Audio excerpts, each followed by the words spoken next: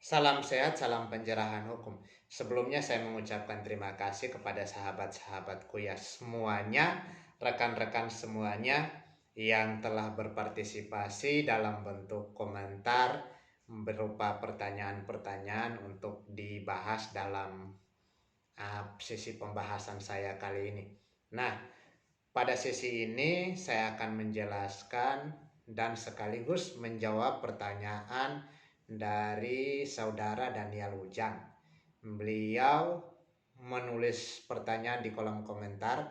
Assalamualaikum, saya mau tanya, gimana dengan tanah ulayat yang sudah didaftarkan dan sekarang sudah bersertifikat, yang dulunya diurus bersama Ninik Mamat terdahulu yang sudah disetujui dan disahkan oleh kepala nagari sebelumnya bahwa tanah ulayat itu menjadi tanah milik perorangan atau milik pribadi.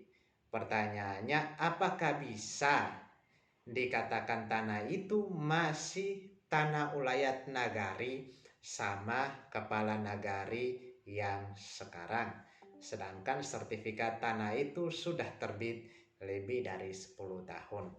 Nah, pada pertanyaan ini yang ingin saya menjelaskan bahwa yang namanya tanah ulayat itu tanah yang dikuasai atau penguasaannya berdasarkan hak ulayat atau penguasaannya berdasarkan kesukuan. Sehingga ketika tanah ulayat itu mau diberikan atau dialihkan kepada seseorang atau perorangan, maka sudah tentu harus melalui musyawarah mufakat secara bersama di antara para tokoh-tokoh masyarakat. Dalam hal ini kalau berhubungan dengan konteks pertanyaan ini, sudah tentu harus sepersetujuan dari kepala nagari berdasarkan musyawarah mufakat bersama dengan para pemangku adat yang mempunyai kewenangan legalitas secara hukum adat dalam melepaskan haknya. Sehingga tanah ulayat yang tadinya adalah tanah ulayat ketika diberikan kepada seseorang, hal yang paling penting adalah pelepasan hak.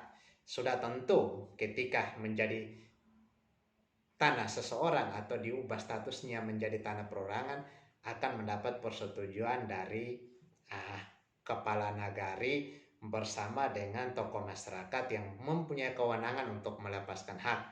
Sehingga ketika terjadi pergantian kepala nagari atau misalnya kepala suku, maka kepala nagari yang kemudian sangatlah tidak tepat menyatakan bahwa itu masih menjadi tanah ulayat, karena tanah ulayat itu sudah dilepaskan haknya, sehingga ketika terjadi pelepasan hak, disitulah terjadi perubahan status tanah tersebut yang tadinya tanah ulayat berubah menjadi tanah milik perorangan karena telah dilepaskan haknya, dan pelepasan haknya itu berdasarkan keputusan dari kepala nagari atau kepala suku yang disetujui oleh tokoh-tokoh masyarakat setempat yang mempunyai kewenangan untuk duduk bersama dengan kepala nagari melepaskan hak.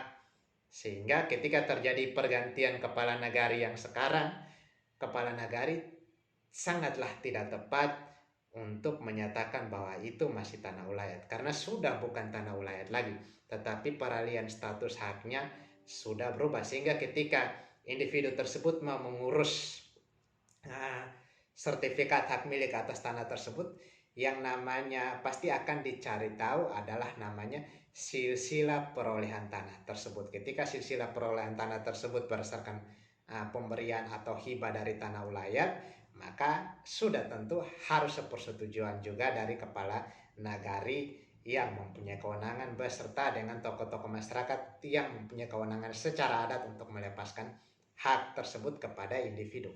Sehingga bagi saya, pendapat saya sangatlah tidak tepat kepala nagari yang sekarang masih menyatakan bahwa itu merupakan tanah ulayat, karena pelepasan hak yang terdahulu adalah sah secara hukum adat dan diakui oleh negara.